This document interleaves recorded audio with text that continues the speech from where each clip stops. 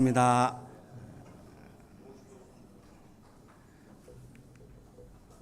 메리 더글라스는 영국의 문화 인류학자입니다.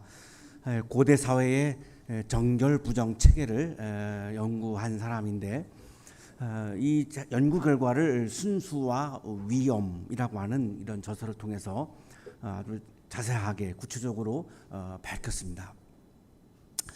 이 책은 현재 절판인데 중고가 한 10,000원짜리가 지금 6만 원에 이렇게 나와 있고 우리 한양대학교 도서관에 있습니다. 이 연구에 의하면 고대 사회에서는 정결과 부정을 굉장히 중요한 가치로 여겼고 정결하다, 부정하다 이 구분하는 것을 굉장히 중요하게 여겼다는 겁니다. 그런데 이 자연스러운 여성의 신체 현상인 이 여성의 월경을 부정한 것으로 구분합니다.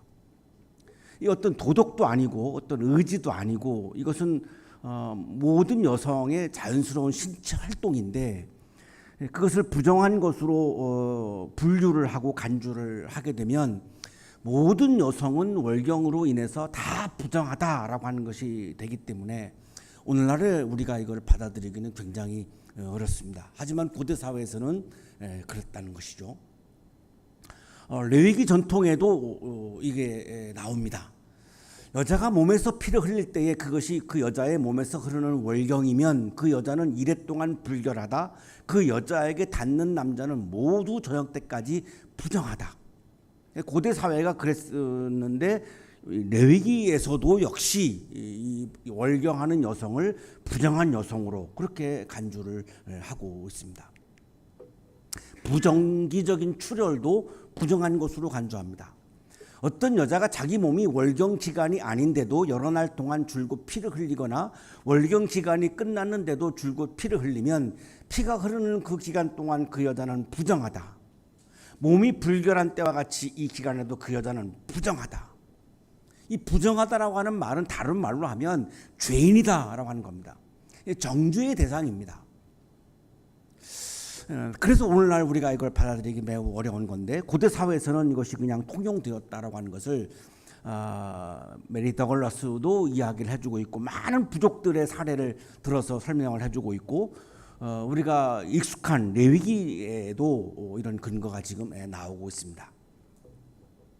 이런 여성의 이 부정을 해소하기 위해서 제의를 명령합니다. 그렇기 때문에 제사에 참여하라는 거죠. 성전에 가야 한다는 겁니다.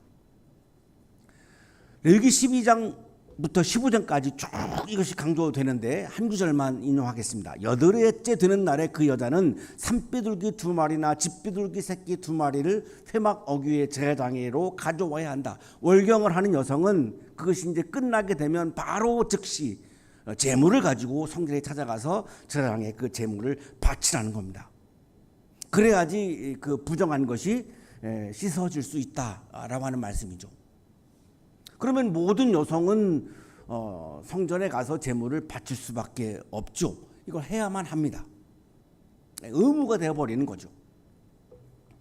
자, 그래서 이 더글라스는 이제 신학자가 아니고 문화인류학자가 아니까 이걸 굉장히 냉정하게 들여다보고 있는데 이 고대 사회의 정결 부정 체계를 통해서 제의 중심의 사회가 이루어졌다는 겁니다. 이렇게 하니까 제의를 중심으로 하는 성전을 중심으로 하는 유대 사회가 형성될 수밖에 없었다는 겁니다. 이거를 긍정적으로 보든지 뭐 부정적으로 보든지 그것은 개인의 자유인데 더글라스는 굉장히 이거를 객관적으로 보고 있는 거죠. 어떻게 말하면 다시 말하면 이런 거를 통해서 제의 중심의 사회, 성전 중심의 사회를 만들어서 그리고 제물을 바치게 하고 그래서 성전에서는 굉장히 부유한 생활을 하고 하는데 이것이 일조했다라고 분석을 하는 겁니다. 여기로부터 자유로운 여성은 한 명도 없으니까요. 그리고 이런 정결을 가지고 사회 계층을 나누었다는 겁니다. 그래서 이거를 가지고 사회를 통제하고 부정한 사람은 정결한 사람에게 복종해야 한다는 거죠. 할 말이 없다는 거죠. 부정한 사람은 정결한 사람 앞에서 할 말이 없다라고 하는 겁니다. 죄인이라는 거죠. 그래 꼼짝꼼짝 말라는 거죠. 그래서 이렇게 어떤 사회적인 통제도 이런 정결과 부정 체계를 가지고 고대 사회에서는 이루어졌다라고 하는 주장을 펼쳐 나가고 있습니다. 인용하겠습니다. 오염을 없애는 서로 다른 두 가지 방법이 있다. 하나는 오염의 원인을 조사하지도 않고 책임도 묻지 않는 제의이다. 다른 하나는 고백을 수반하는 의식이다. 레위기뿐만이 아니라 고대 사회 여러 부족들을 연구해 보면 모두가 공통점이 있는데 이 부정한 것을 해결하는 방식은 제의라는 겁니다. 그래서 제의 중심의 사회를 고대 사회에서는 만들었고 제사장들은 굉장한 권력을 소유하게 되었다라고 아주 냉정하게 분석을 하고 있습니다. 이 더글러스의 관찰을 받아들인 성서 신학자가 바로 제롬 네일이라고 하는 성서학자입니다. 이것을 받아들여서 이분은 예수님 시대의 사회적인 서열을 분석을 해냈습니다. 이 정결하냐 부정하냐를 근거로 사회적인 계층이 구성되었다고 보는 겁니다. 굉장히 설득력이 있는데요. 1위 그룹이 대제사장들입니다. 이거 실제로 그랬으니까 이건 분명히 맞습니다. 굉장한 권력을, 정치적인 권력, 종교적인 권력을 다 소유했던 사람들이죠. 예수님을 죽이는 데도 일조했던 사람들이죠. 근데 왜 제사장들이 그러면 1위 그룹이냐? 정결을 근거로 그렇게 주장했다는 거죠. 사람들이 가야바의 집에서, 가야바가 대제사장이죠, 총독 관저로 예수를 끌고 갔다. 때는 이른 아침이었다. 그들은 몸을 더럽히지 않고 유월절 음식을 먹기 위하여 관저 안에는 들어가지 않았다. 몸을 더럽히지 않았다라고 하는 것을 요한복음 18장 28절이 강조합니다. 그래서 대제사장은 가장 정결한 사람들이다. 그래서 사회에서 1위 그룹이다. 많은 권력을 이 사람들한테 줘야 한다. 왜? 정결하니까.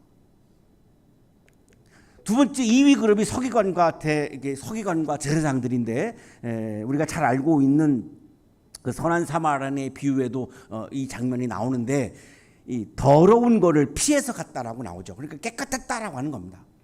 3위 그룹이 바리새인들인데, 바리새파 사람과 모든 유대 사람은 장로들의 전통을 지켜 규례대로 손을 씻지 않고서는 음식을 먹지 않았으며 정결했다라고 하는 겁니다. 그래서 권력 3위라고 이야기하는 겁니다. 4위 그룹이 율법을 준수하는 이스라엘 사람이고 5위 그룹이 율법을 준수하지 않는 이스라엘 사람들인데 예수님이 여기에 해당합니다. 예수님은 율법을 지키지 않을 때가 굉장히 많았습니다. 안식일 날에도 병자를 고쳤고 손을 씻지 않고 음식도 드셨고 금식하지 않았고 포도주도 즐기셨고 율법을 굉장히 많이 위반을 해서 바리새인들과 계속 충돌했던 거죠. 그러니까 여기 5위에 해당합니다. 그러니까 예수님은 굉장히 사회적인 계층으로 보면 굉장히 지위가 낮았습니다. 그래서 유대인들이 쉽게 예수님을 죽일 수 있었던 것이죠. 6위 그룹이 신체적으로 부정한 이스라엘 사람들인데 바로 월경하는 여성이 여기에 해당하는 겁니다. 그러니까 월경을 하는 이유만으로 굉장히 사회적으로 계층이 낮은 건데 모든 여성이죠. 그러니까 모든 여성은 사회적인 계층이 낮은 겁니다. 이 계층이 올라갈 수가 없습니다. 7위 그룹이 도덕적으로 불결한 이스라엘 사람들인데 세리와 죄인에 여기에 해당하고 8위가 죽은 이스라엘 사람들입니다. 그래서 시신을 만지면 부정하다라고 이제 성경에 레위기에도 그렇게 나오는데 시신을 만지지 말라고 나옵니다. 9위 그룹이 이방인들입니다. 그러니까 죽은 이스라엘 사람들보다 시신만도 못한 거죠. 그만큼 이방인은 굉장히 멸시당했고 굉장히 비하당했고 굉장히 사람 취급받지 못했음을 우리가 여기에서도 볼 수 있습니다. 맨 사회적으로 계층이 낮은 그룹이 이방인입니다. 이걸 정결의 서열화 이렇게 부르는데요. 이 정결의 서열화를 통해서 약자들의 사회적인 차별 그리고 배제의 근거로 작동했다는 거죠. 왜 고대 사회에서는 이런 정결을 근거로 그러면 서열을 매겼느냐? 이렇게 해야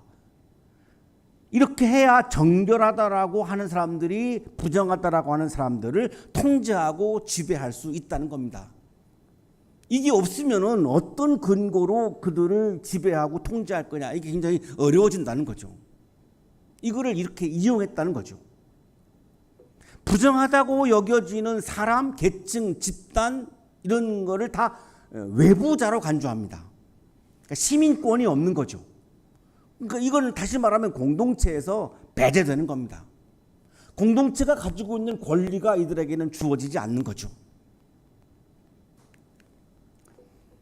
위계 서열상 하위에 있는 사람들은 우위에 있는 사람들에 의해서 굉장히 차별적인 대우를 받았던 것이 고대 사회임을 우리가 알 수 있습니다.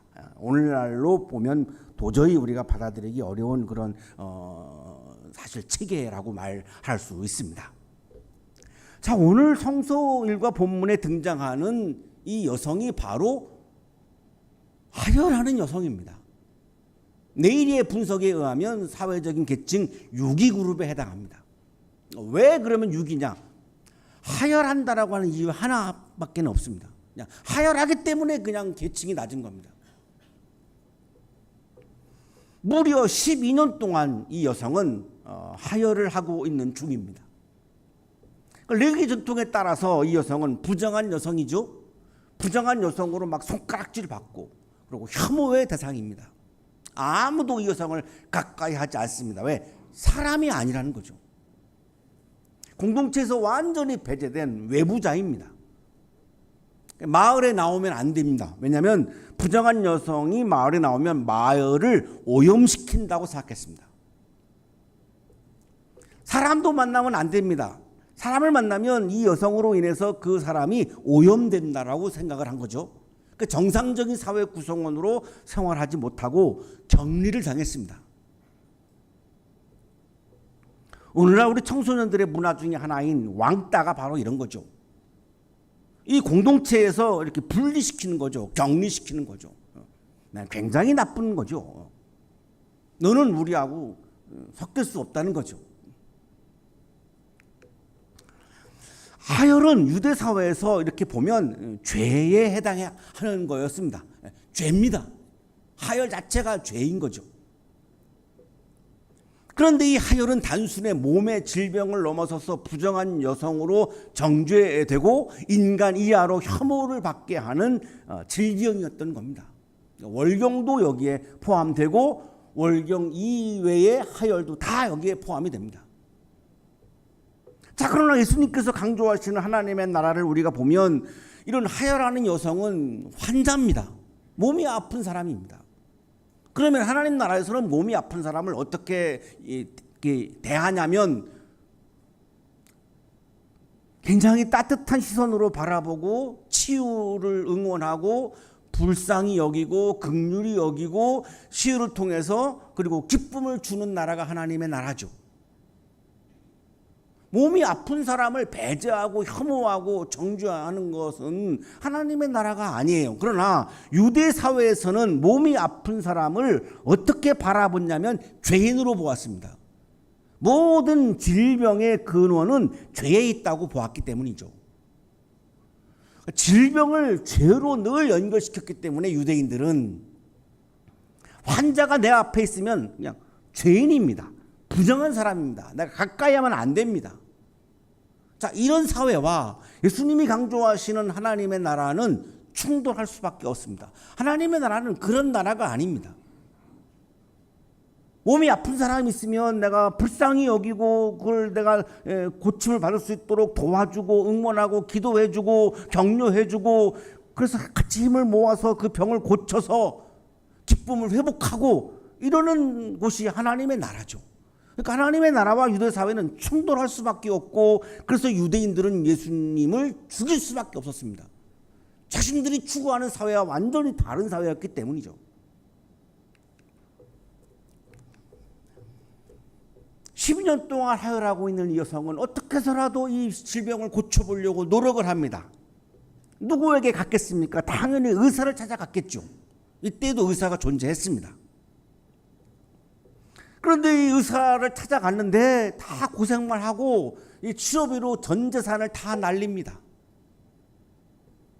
아무런 효력을 보지 못하고 오히려 더 질병의 상태가 더 악화되어 갑니다.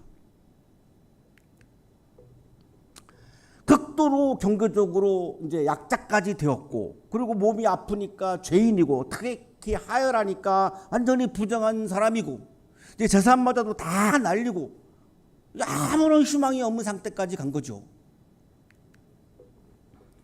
질병을 치유하는 일은 그만큼 어려운 일이죠. 쉽지 않죠. 그래서 의학의 아버지인 히포크라테스는 생명은 짧고 의술을 익히는데 필요한 시간은 길다라고 하는 그런 아포리즘을 남겼죠.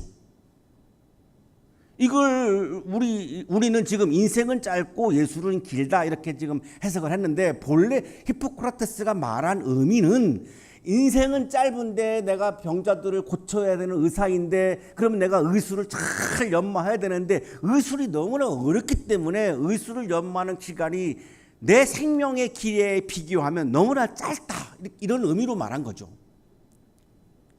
Life is short, art is long. 여기서 아트는 예술을 말한 게 아니고 그리스어로 테크네를 말한 건데, 의술, 기술을 말한 겁니다.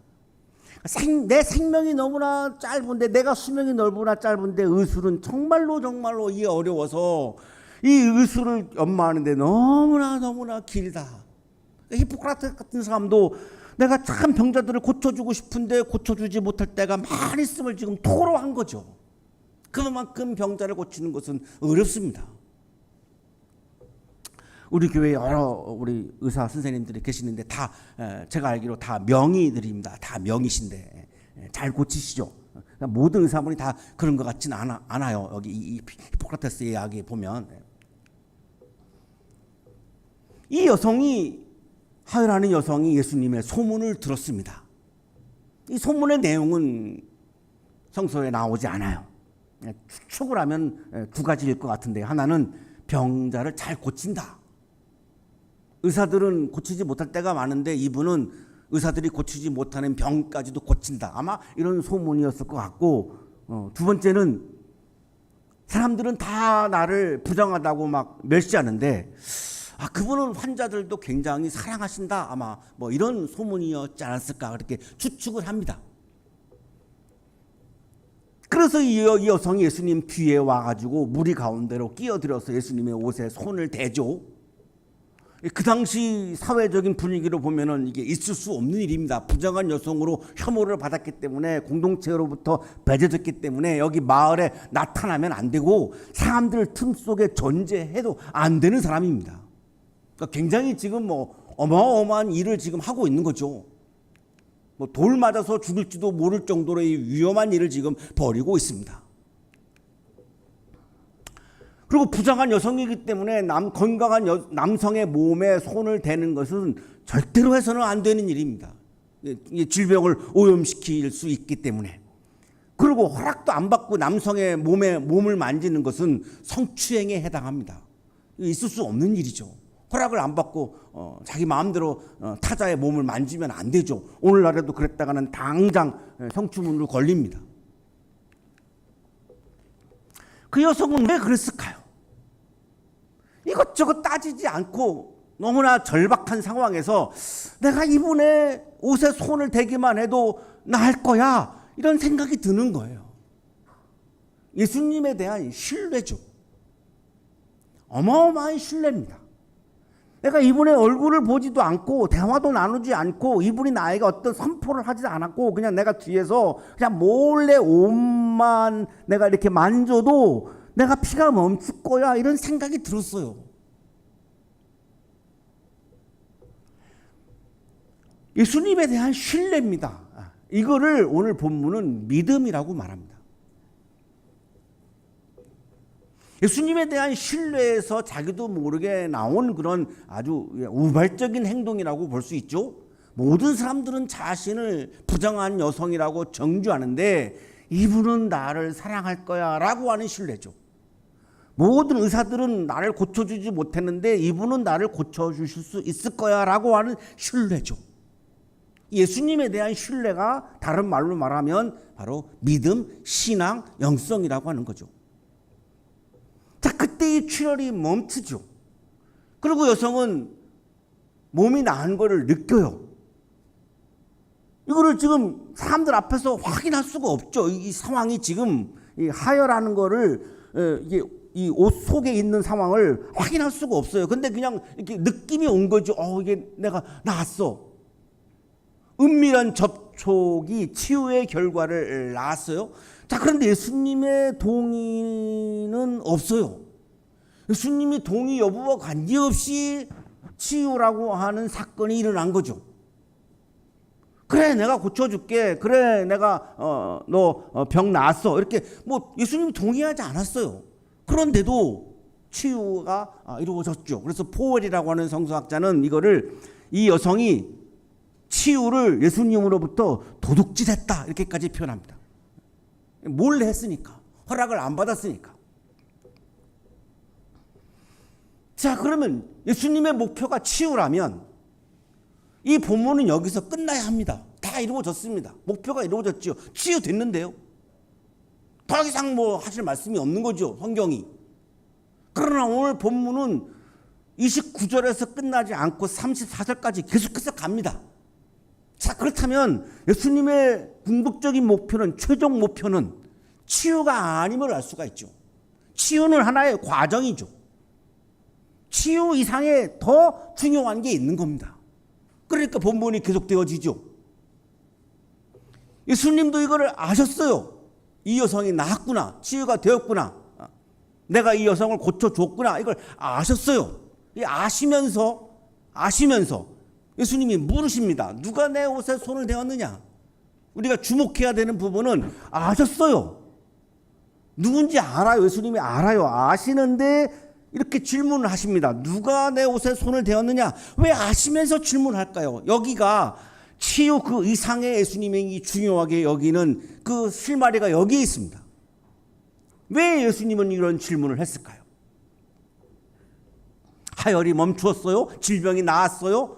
하혈하는 여성은 예수님을 만나는 걸 통해서 치유를 경험을 했어요?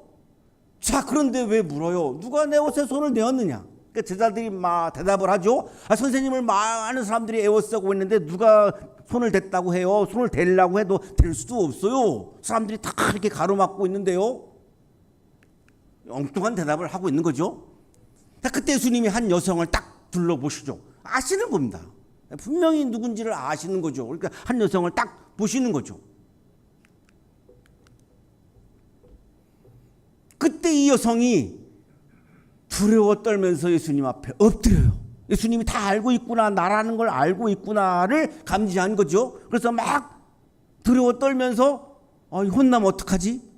내가 내 마음대로 이분의 몸을 만졌는데 이거 어떡하지? 이거 오염시켰다고 내가 이거 굉장히 힘들어질 수도 있는데, 이거 사람들이 나한테 막 돌을 던질 수도 있는데 큰일 난데, 이런 막 두려움과 막 무서운 거죠. 그래서 예수님 앞에 엎드리고 사실대로 다 말해요. 굉장히 이 부분은 이 여성이 잘한 것 같아요. 우리가 살다가 어려운 일 생기면 그냥 사실대로 말하는 게 최고의 방법인 것 같아요. 이걸 자꾸 둘러대기 시작하면 한이 없어요. 끝이 없어요. 그냥 사실대로 말하는 게 그냥 가장 좋은 방법인 것 같아요. 이 여성이 그냥 사실대로 말해요. 용기가 필요했죠. 죄인으로 혐오와 배제와 정죄를 받고 있는 이 여성이 당당한 공동체 구성원으로 인간답게 살아가는 것이 이 여성을 향한 예수님의 마음입니다. 치유가 전부가 아닙니다. 왜 치유를 예수님은 하시는가? 치유를 해서, 치유가 목표라면 예수님이 의사게요? 예수님은 의사가 아닙니다. 그래서 치유가 궁극적인 목표가 아닙니다. 치유는 과정일 뿐입니다. 왜 치유하실까요? 치유를 해줘야 이 여성이 공동체에서 배제당하지 않고 혐오받지 않고 비인간적인 삶을 살지 않고 당당한 이 공동체의 구성원으로서 당당하게 살아가는 것, 인간답게 살아가는 것, 하나님의 자녀답게 살아가는 것, 기쁨으로 살아가는 것, 하나님의 나라를 살아가는 것, 이것이 예수님의 이 여성을 향한 마음이에요. 우리를 향한 마음도 역시 마찬가지입니다. 우리 한 사람 한 사람 현재 우리를 향한 예수님의 마음은 우리 한 사람 한 사람 모두가 사람답게 하나님의 형상답게 존중받으며 이 세상에서 아름답게 복되게 살아가기를 원하시는 거죠. 그것을 위해서 예수님은 지금 이 여성을 치유했고, 치유만으로는 그게 안 됩니다. 본인이 많은 사람들 앞에서 떳떳하게 이거를 말해야죠. 그동안은 말도 못했어요. 만나지도 못했어요. 배제당했어요. 격리당했어요. 근데 많은 사람들 앞에서 당당하게 말하는 거예요. 내가 치유한 경험을 말하는 거예요.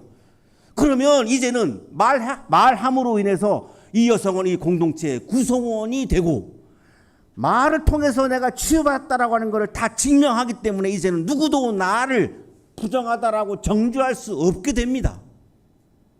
이거를 위해서 말하게 하려고 예수님은 이 여성에게 질문을 한 겁니다.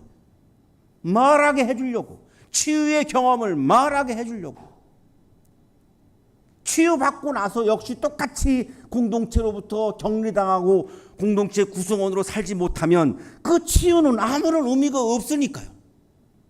치유받으면 뭐합니까? 치유받았으면 이제는 공동체 구성원으로서 당당하게 격리당하지 않고 부정한 여성으로 손가락질 받지 않고 살아가야 의미가 있는 건데, 그 치유가 그것이 이루어지지 않으면 그 치유는 아무런 의미도 없기 때문에 예수님은 지금 이렇게 질문을 하시는 거죠. 이 여성을 향한 예수님의 마음이 상당히 깊은 것을 느낄 수 있어요. 그냥 치유해줬으니까 이것만으로도 은혜지, 그래 너 나한테 감사하고 돌아가, 이게 아니에요. 치유받은 이후의 삶까지도 예수님은 지금 생각하시는 거예요. 여기서 끝나지 않아요. 더 예수님의 마음은 이 여성에게 더 나아갑니다. 따라. 아니 왜 갑자기 따라? 가족도 아닌데. 성서 예수님이 어떤 사람에게 따라 이렇게 부르는 장면이 없어요. 근데 이날 이 여성에게 따라 이렇게 부르십니다. 왜 그랬을까요? 예수님의 허락도 없이 자신의 몸을 만진 여성은 공동체 안에서 굉장한 어려움을 당할 수 있어요. 부정함을 오염시켰다고, 성추행했다고, 등등등등. 허락도 안 받고 남자의 몸을 만졌다고, 등등등등 여러 가지 많은 공격을 받을 요지가 굉장히 많습니다. 자, 그래서 예수님은 이 여성을 보호해주고 싶은 거예요. 그런 어려움을 당하지 않으려면 어떻게 해야 합니까? 가족이 있어야 가족의 보호를 받습니다. 아무런 관계가 없는 사람이 남성의 몸을 만지면 문제가 될 수 있습니다. 하지만 딸은 아버지의 허락 없이 아버지의 몸을 만져도 아무 문제가 없습니다. 무슨 딸이 아버지에게 허락을 받고 아버지의 몸을 만지겠습니까? 허락 없어도 아무런 상관이 없죠. 문제가 없죠. 우리 아빠가 좋아하겠죠. 부러워요. 저는 딸이 없어가지고. 딸이 있으면 매일 손 붙잡고 산책할 것 같아요. 그러니까 와이프가 그러더라고요. 애가 싫어할 거라고. 우리 제풀에 나오는 교수님이 말씀하신 내용인데, 그 남편이 너무 딸을 사랑한대요. 그냥 매일같이 딸 방에 들어가서 그냥 딸하고 대화하려고 하고 그냥 딸하고 시간을 보내려고 막 그런다는 거예요. 그러니까 딸이 엄마한테 그러더래요. 엄마 남편 좀 어떻게 좀 해결해. 아빠의 마음은 그런데 딸의 마음은 좀 또 다른가 봐요. 예수님의 창조적 소리는 따라해서 그치지 않고 또 계속됩니다. 내 믿음이 너를 구원하였다. 치유를 넘어서 이제 구원에까지 갑니다. 사람들은 이 여성을 바라보면서 질병을 보았죠. 부정함을 보았죠. 죄를 보았죠. 그리고 혐오하고 배제하고 정죄했죠. 자, 그런데 예수님은 이 여성을 보면서 무엇에 집중하고 있습니까? 믿음을 보고 계십니다. 이 여성이 가지고 있는 지금 믿음을 봅니다. 자신을 신뢰하며 옷만 만져도 내 질병이 나을 거라고 예수님을 신뢰했던 그 믿음에 집중하고 있는 거죠. 그래서 내 믿음이 너를 구원하였다. 그리고 치유하시고 인간성을 회복시키고 구원하셔서 치유가 구원으로까지 이어져 갑니다. 이 치유와 구원의 과정에서 예수님께서 가장 중요하게 보신 것은 믿음입니다. 하라는 여성이 보여준 믿음이 뭐죠? 예수님을 신뢰하면서 예수님을 바라보고 예수님을 붙잡은 거죠. 몸이 아니고 옷자락이라도 예수님을 붙잡은 거를 믿음이라고 이 여성은 우리들에게 보여주고 있죠.